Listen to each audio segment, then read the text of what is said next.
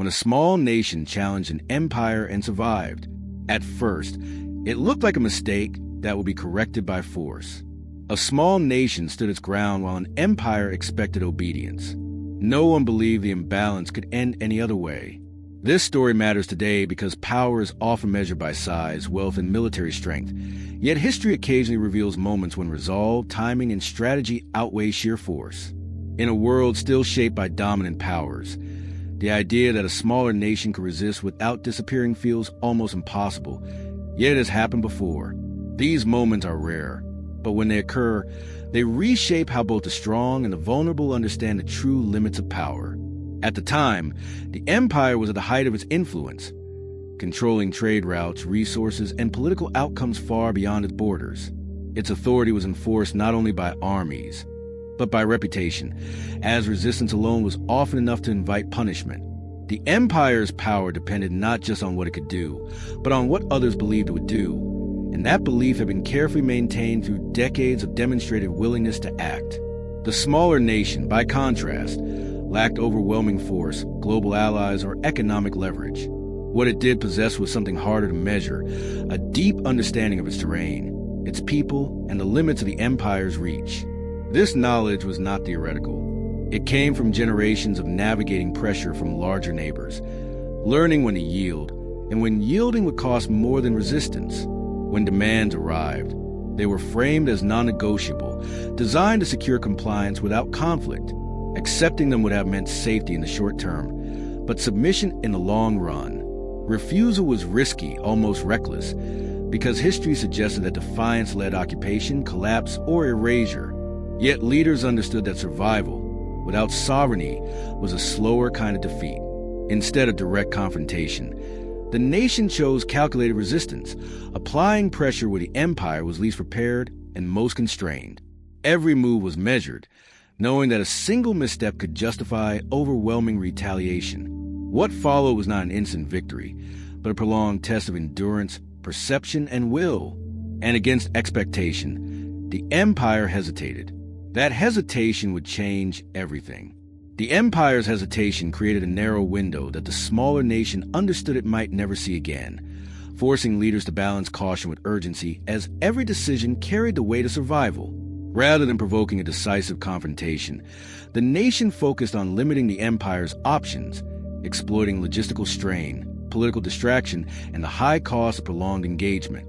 Each action was chosen not for its immediate effect, but for the complications it introduced into the empire's calculations, making the cost of suppression climb steadily higher, without providing a clean justification for force.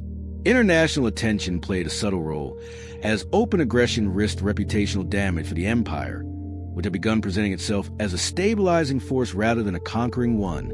The smaller nation used diplomacy strategically, not to beg for protection, but to complicate the empire's calculations by raising potential consequences of intervention. Internally, unity became essential, as even small divisions could be exploited to justify force or undermine resistance from within. Leaders understood that the empire would search for fractures to exploit, and maintaining cohesion under extreme pressure required constant effort, communication, and the willingness to subordinate personal ambitions to collective survival. Resources were scarce, pressure was constant, and fear remained present, but surrender would have guaranteed a future defined by obedience rather than self-determination. Each passing moment without escalation strengthened the nation's position, as delay increased the empire's costs while reinforcing the idea that resistance would not collapse easily. The struggle was not fought solely through weapons, but through patience, perception, and the ability to remain unpredictable under immense pressure. What looked like weakness from the outside was actually discipline, as restraint prevented the empire from finding the justification it needed to strike decisively. The longer the standoff lasted, the more it exposed the limits of imperial power, revealing that dominance was not absolute when resistance was calculated. The conflict was no longer about control alone, but about credibility, and that shift began to tilt the balance.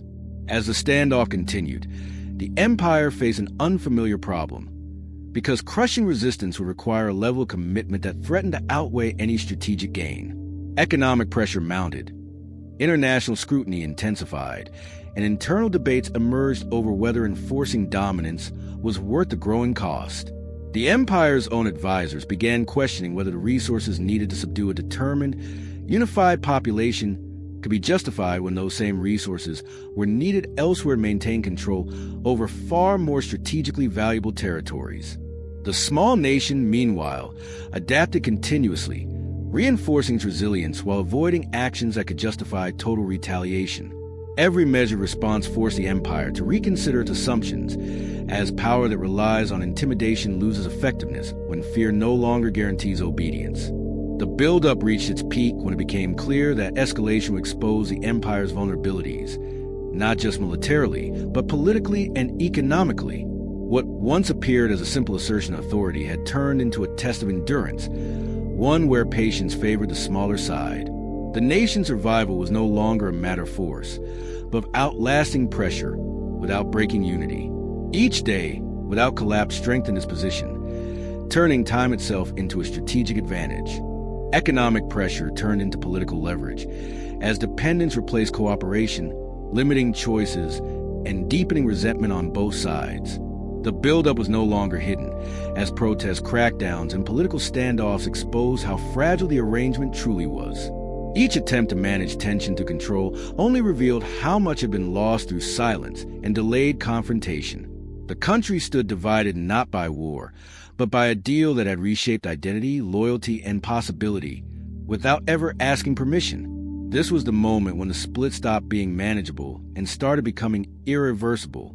And history showed that once division reaches this stage, reunification becomes less about agreement and more about survival.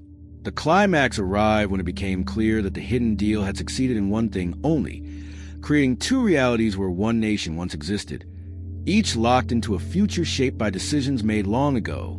The agreement had prevented immediate collapse, but at the cost of long-term cohesion, replacing shared destiny with parallel systems that no longer recognize each other as part of the same story. What was once justified as a temporary safeguard had evolved into a permanent divide, maintained not by force alone, but by habit, fear, and the normalization of separation. The weight of accumulated divergence made reunification feel not just difficult, but alien, as two populations that once shared everything now struggled to find common ground on even basic questions of governance and identity. In reflecting on this outcome, the lesson is not simply about secrecy or betrayal, but about the danger of resolving crises without consent, transparency, or a path back to unity. When people are excluded from decisions that define their identity, stability becomes fragile, because silence can delay conflict, but it cannot erase it. Today, this story remains relevant as nations continue to rely on quiet agreements to manage instability, often underestimating how deeply those choices shape generations. The past reminds us that unity cannot be preserved through avoidance, only through participation, accountability, and the willingness to confront difficult truths early. So, what do you think? Are we repeating the same mistake again?